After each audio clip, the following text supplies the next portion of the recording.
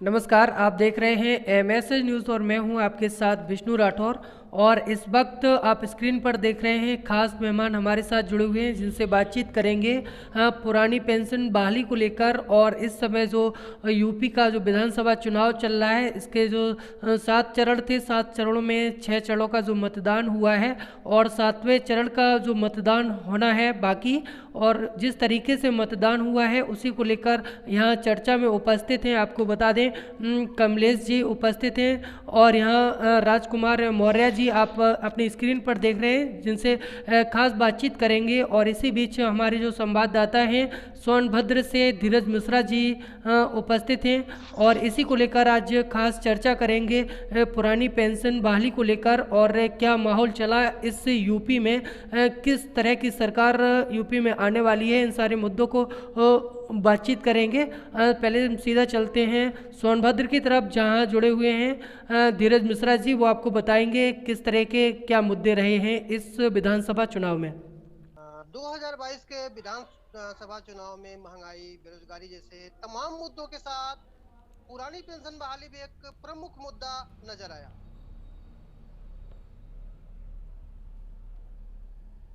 मिलते हैं इनसे। राजकुमार मौर्य जी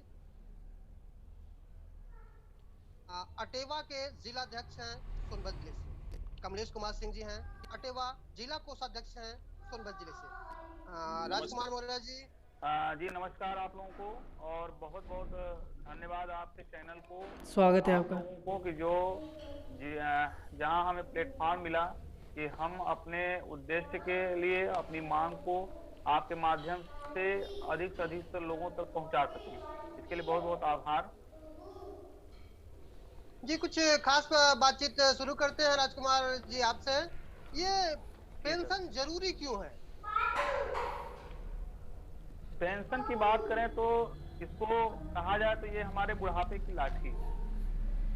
पेंशन जब आप सोचिए कि एक कोई भी कर्मचारी है या शिक्षक है, जब 60 से 62 वर्ष की उम्र तक जब वो सेवा करता है तो सरकार इसलिए ही रिटायर करती है ना कि वो अब काम करने के योग्य नहीं है।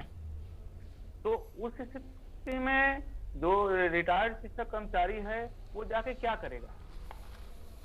अगर उसे जो है यह व्यवस्था ना मिले, सरकार का जो है जो की सेवा में वो उसने अपने 60-62 वर्ष जो गुजारे हैं उसके बाद जो है उसे कोई सपोर्ट ना मिले, उसकी सुरक्षा ना मिले, तो उससे उसका जीवन तो अस्त व्यस्त हो जाएगा। तो पेंशन कहा जाए कि बहुत ही जरूरी है। और यह कहा जाए कि सुप्रीम कोर्ट ने भी कहा है कि आप किसी को भी 60-62 वर्ष के उम्र के बाद सेवा जब ले लेते हैं तो उसके बाद उसको ऐसे नहीं छोड़ सकते आप। जी, अगर वही बात करें राजनीति की तो आपने देखा जिस तरीके से जो आपकी पुरानी पेंशन थी और उस वक्त सपा की सरकार थी और जो यूपी के जो मुख्यमंत्री थे वो मुलायम सिंह यादव जी थे। तो जब पेंशन पहले मिला करती थी उसके बाद पेंशन को उसी वक्त रोका गया था जो पेंशन मिला करती थी शिक्षकों को, तो उस वक्त इसको रोका गया था। उसके बाद यही मुद्दा जो आपका पुरानी पेंशन का था भाजपा सरकार पे काफ़ी तेज़ी से चला और कई तरह के आपने शिक्षकों ने धरने भी दिए हैं। तो क्या लग रहा है इस बार किस तरह की सरकार चाहते हैं और किस सरकार पर आप उम्मीद करते हैं कि मतलब आपकी जो पुरानी पेंशन है वो आप तक पहुंच सकेगी? जी, मैं आपको बता दूं कि जब पुरानी पेंशन बंद की गई थी तो 1 जनवरी 2004 को केंद्र सरकार के द्वारा इसे बंद किया गया था। उसमें तत्कालीन प्रधानमंत्री माननीय अटल बिहारी वाजपेयी जी थे जी। तो सर्वप्रथम केंद्र में 1 जनवरी 2004 को जब बंद की गई तो उस समय इसको एक बहुत बड़ा बोझ बताया गया कि सरकार पे बोझ पड़ रहा है। और जैसे उन्होंने जो है इसको बंद किया तो चूंकि कोई भी जैसे योजना शुरू होती है या बंद होती है तो सर्वप्रथम केंद्र से होती है, उसका इम्प्लीमेंट राज्य उसका अनुसरण करते हैं। तो उसी के क्रम में जब माननीय अटल बिहारी वाजपेयी जी ने जब लखनऊ आकर जो है शिक्षक संगठनों और कर्मचारी संगठनों से बात की तो उन्होंने उनकी बात को माना कि नहीं, हम ठीक है आप कह रहे हैं तो हम इसको करते, लेकिन कर्मचारियों का, शिक्षकों का नुकसान नहीं होना चाहिए। तो उस समय यह आश्वासन दिया गया कि नहीं, ये नुकसानदायक नहीं होगी। और यह जो आंदोलन की जो शुरुआत हुई जो है, उस समय तो चूंकि ज्यादा से ज्यादा संख्या में लोग पुरानी पेंशन के अंतर्गत थे और नई पेंशन की योजना को समझ किसी के पास नहीं हो पाई थी। तो जैसे जैसे कर्मचारी बढ़ते गए तो लोगों के अंदर समझ आनी शुरू हुई कि नहीं, ये नई पेंशन योजना और पुरानी पेंशन योजना में अंतर, और नई पेंशन योजना बहुत ही कहा जाए कि अहितकारी है, इसका कोई लाभ नहीं मिल रहा है। तो जब संख्या में भर्ती होनी शुरू हुई, एनपीएस के अंतर्गत लोग आने शुरू हुए, जब कैलकुलेशन किया जाने लगा, तब यह देखा गया कि ये तो लाभकारी नहीं है, ये तो बहुत ही कम है। आज आप देखेंगे जो एनपीएस के अंतर्गत जो भी शिक्षक या कर्मचारी रिटायर हो रहे हैं, उनकी पेंशन 700, 900, 1500, 2000 इतनी बन रही है। तो क्या ये सोचा जा सकता है कि नहीं, वर्तमान में अगर किसी को 60-62 वर्ष की सेवा कर रहा है, वो उसके बाद अगर वो रिटायर होता है, तो क्या इतने में उसका और उसके परिवार का भरण पोषण हो जाता है?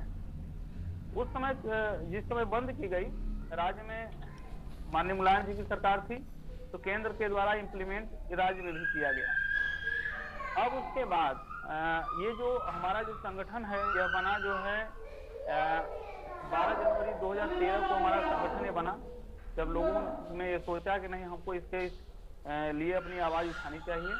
तो उस समय से इसकी शुरुआत की गई, पुरानी पेंशन बहाली जी।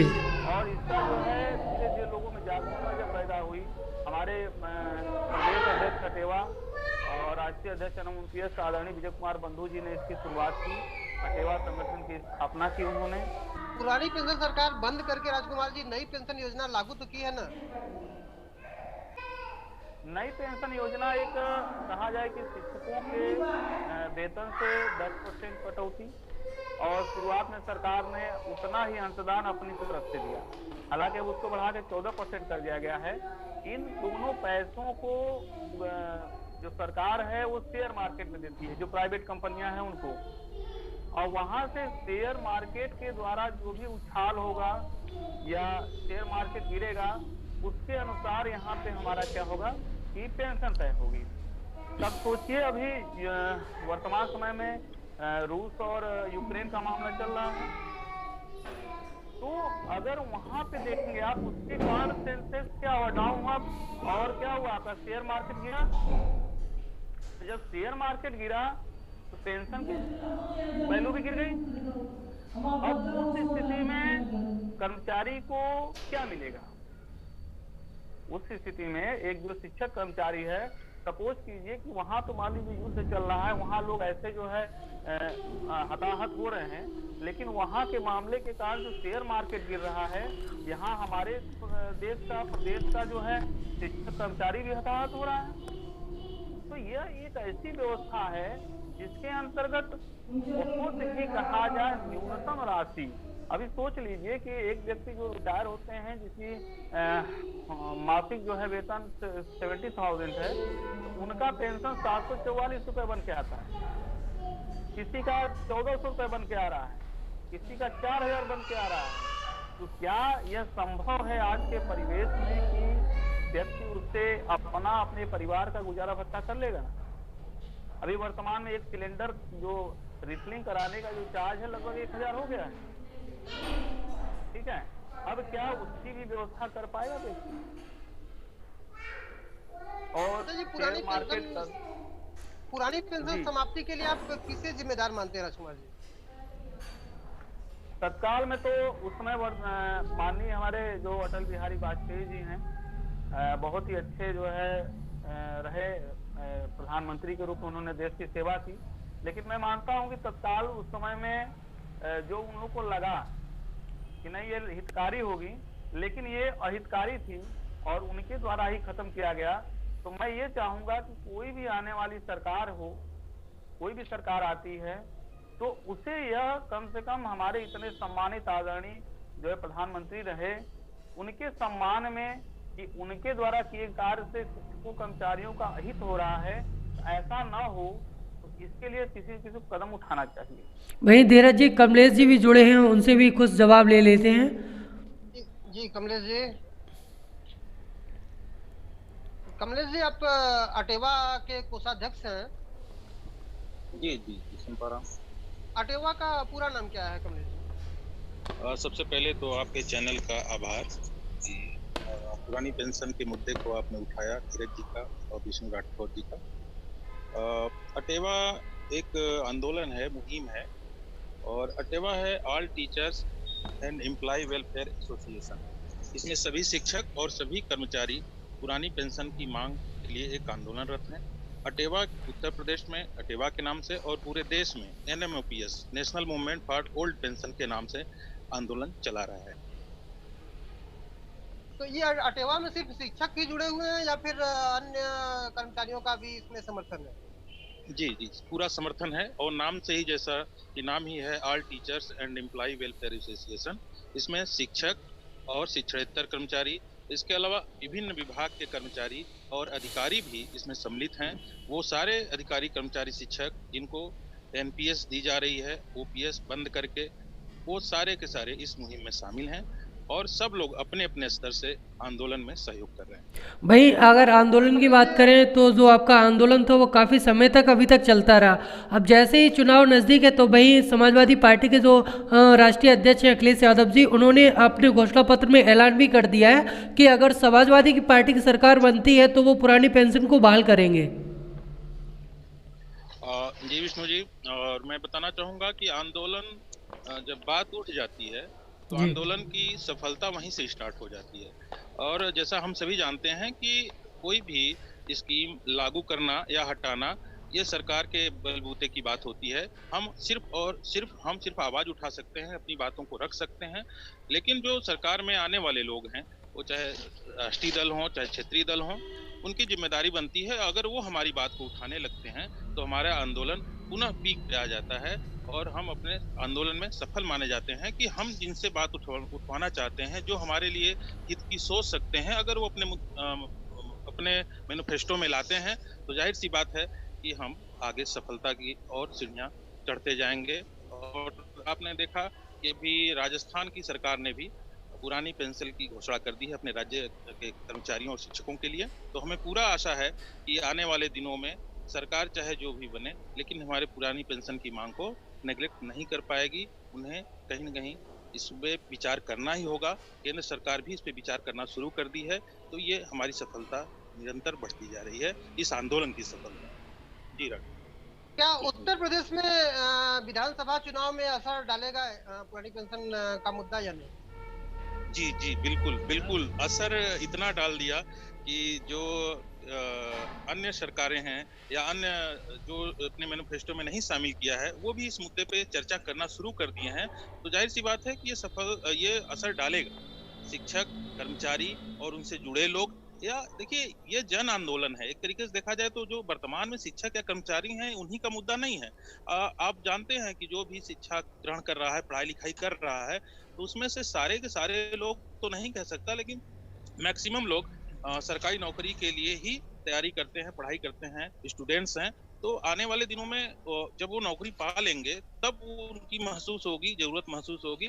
लेकिन अगर अभी से महसूस करते हैं, हर किसान का बच्चा जो पढ़ने जाता है वो कहीं ना कहीं सरकारी कर्मचारी बनने का इच्छुक है, तो उनके भी तक अगर ये बात पहुंच जाती है, मैसेज चला जाता है, तो जाहिर सी बात है चुनाव पे उसका असर जरूर पड़ेगा। अगर सरकार द्वारा पुरानी पेंशन बहाल की अतिरिक्त भार आम जनमानस पर पड़ेगा या नहीं?